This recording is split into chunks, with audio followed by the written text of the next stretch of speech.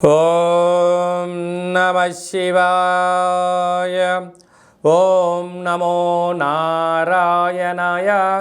ఓం శ్రీ స్వర్ణాకర్షణ కాళభైరవాయ నమో నమః.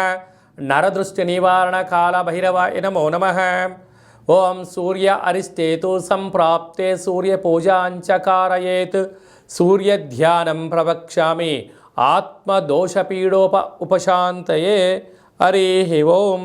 మా ఛానల్కి స్వాగతం. చూస్తున్న వీక్షకులకు ప్రేక్షకులకు ప్రియ కాళభైరవ భగవద్బంతులకి స్వాగతం పలుకుతూ మమ్మల్ని ఎంతగానో ఆదరిస్తూ ఉండబడినటువంటి ప్రియ సోదరీమణులకు అందరికీ కూడా సనాతన ధర్మ వీక్షకులకు సంరక్షకుల అందరిపైనను రథసప్తమి అనగా సూర్యుడి యొక్క జయంతి సందర్భంగా అందరికీ నిండు నూరేళ్ల ఆయురారోగ్యాలను ప్రసాదించాలని, ఎవరికి కంటి సమస్యలు, దేహ సమస్యలు, ఆత్మ సమస్యలు, అనారోగ్య సమస్యలు వాళ్ళకు రాకుండా సంపూర్ణ ఆయురారోగ్యాలు ప్రసాదించాలని సూర్యభగవానుని వేడుకుందాం.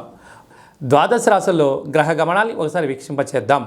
మేషరాశిలో గురు సంచార స్థితి, కన్యరాశిలో కేతు సంచార స్థితి, మకర రాశిలో కుజుడు, బుధుడు మరియు శుక్ర సంచార స్థితి, కుంభరాశిలో రవి మరియు శని సంచార స్థితి, మీనరాశిలో రాహు సంచార స్థితితో ద్వాదశ రాశులలో గ్రహ గమనాలు ఫిబ్రవరి ద్వితీయార్థంలో ఈ విధంగా ఉన్నాయి. అలాగనే 21వ తారీఖున బుధుడు కుంభరాశిలోకి సంచారం చేయడం వల్ల అక్కడే ఉండబడినటువంటి రవి భగవానుడితో బుధుడు కలిసి ఉండడం వల్ల బుధాదిత్య రాజయోగము అంటారు. ప్రభుత్వ ఉద్యోగం ప్రయత్నం చేసేటువంటి వారికి ఇది చాలా మంచి కాలము అని చెప్పి గమనించాలి. వృశ్చిక రాశి వారు రథసప్తమి సందర్భంగా సూర్య భగవానుడి యొక్క ఆశీస్సులు ఎలా పొందాలో ఈ వీడియోలో సవివరంగా సంపూర్ణంగా తెలుసుకుందాం.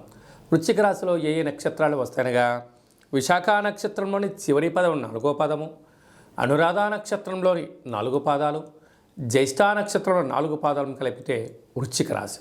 వృశ్చిక రాశి యొక్క అధిపతి కుజ భగవానుడు. చాలామందికి పుట్టినటువంటి కాల సమయంలో డేటా బర్త్లు లేనటువంటి వారందరికీ పేరు యొక్క మొదటి అక్షరాన్ని అనుసరిస్తూ ఆ రాశిని తెలుసుకునే ప్రయత్నం అవుతుంది.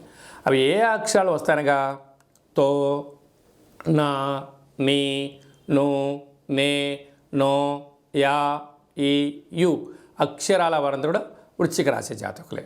వీరికి సూర్యభగవానుడి యొక్క ఆశీస్సులు పొందగలగాలి, చాలా అవసరం. ఎందుకనగా ఒకవైపు అర్ధాష్టమ శని, అర్ధాష్టమ రవి కనుక ఆరోగ్యం అనేటువంటిది ప్రధానమైనటువంటి మనిషి యొక్క జీవన విధానంలో వీరికి ముఖ్యమైనటువంటి పరిస్థితి. అందరికన్నా వృశ్చిక రాశి వారికి అధికంగా కావాలి. ఎందుకనగా అర్ధాష్టమ శని కారణం చేత ఇప్పటికే ఏడాది నుంచి అనేక రకాలమైనటువంటి సమస్యలతో, వ్యాధులతో, శత్రులతో శతమతమవుతున్నారు. కనుక ఇలాంటి కాల సమయంలో ప్రతిరోజు నడక, వ్యాయామం, సూర్య ఆసనాలు, సూర్య నమస్కారాలు, సూర్య ఉపాసన, సంపూర్ణమైనటువంటి శ్వేతార్క గణపతి స్వామివారి ఆశీస్సులతో పాటు నిత్యము నవగ్రహాలలో సూర్య భగవానునికి తెల్లటి పుష్పాల చేత కానీ ఎర్రటి పుష్పాల చేత కానీ అర్చన చేయడం వలన మనశ్శాంతి, శత్రువులు ఉండరని చెప్పి గమనించాలి. వీలైనంత వరకు ఒక మాసం వరకు మౌనం, ధ్యానం, ఆవేశానికి దూరంగా ఉండడం, ఆహ్లాదకరంగా ఉండడము, భగవంతుడి యొక్క సేవా రంగంలో మీరు కాలం గడపగలిగితే మీకన్నా అదృష్టవంతులు ఎవరు లేరు అని చెప్పి గమనించగలగాలి.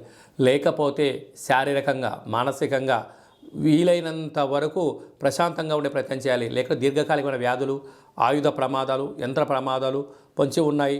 తస్మాత్ జాగ్రత్త.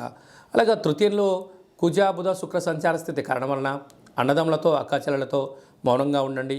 అర్ధాష్టమ రవి శని దోషము, పంచమ స్థానంలో రాహు సంచార స్థితి, 6వ స్థానంలో గురు సంచార స్థితి ఉండడం వలన ధర్మంగా ఉన్నంత వరకు మిమ్మల్ని ఎవరేం చేయలేరు. ఆ ధర్మానికి నాంది పలికారా నిత్యము రుణభయం, రోగభయం, శత్రుభయం, అగ్నిభయం పొంచి ఉంది. తస్మాత్ జాగ్రత్త. స్వయం వృత్తులు, సేవారంగాలు, సాఫ్ట్వేర్, హార్డ్వేర్ వాళ్ళు, యానిమేషన్స్, వ్యవసాయ సోదరీమణులకు గృహ భవన నిర్మాణ కార్యక్రమం చేసేవారందరూ ఎంతో జాగ్రత్త వహించాలని చెప్పి గుర్తుపెట్టుకోవాలి.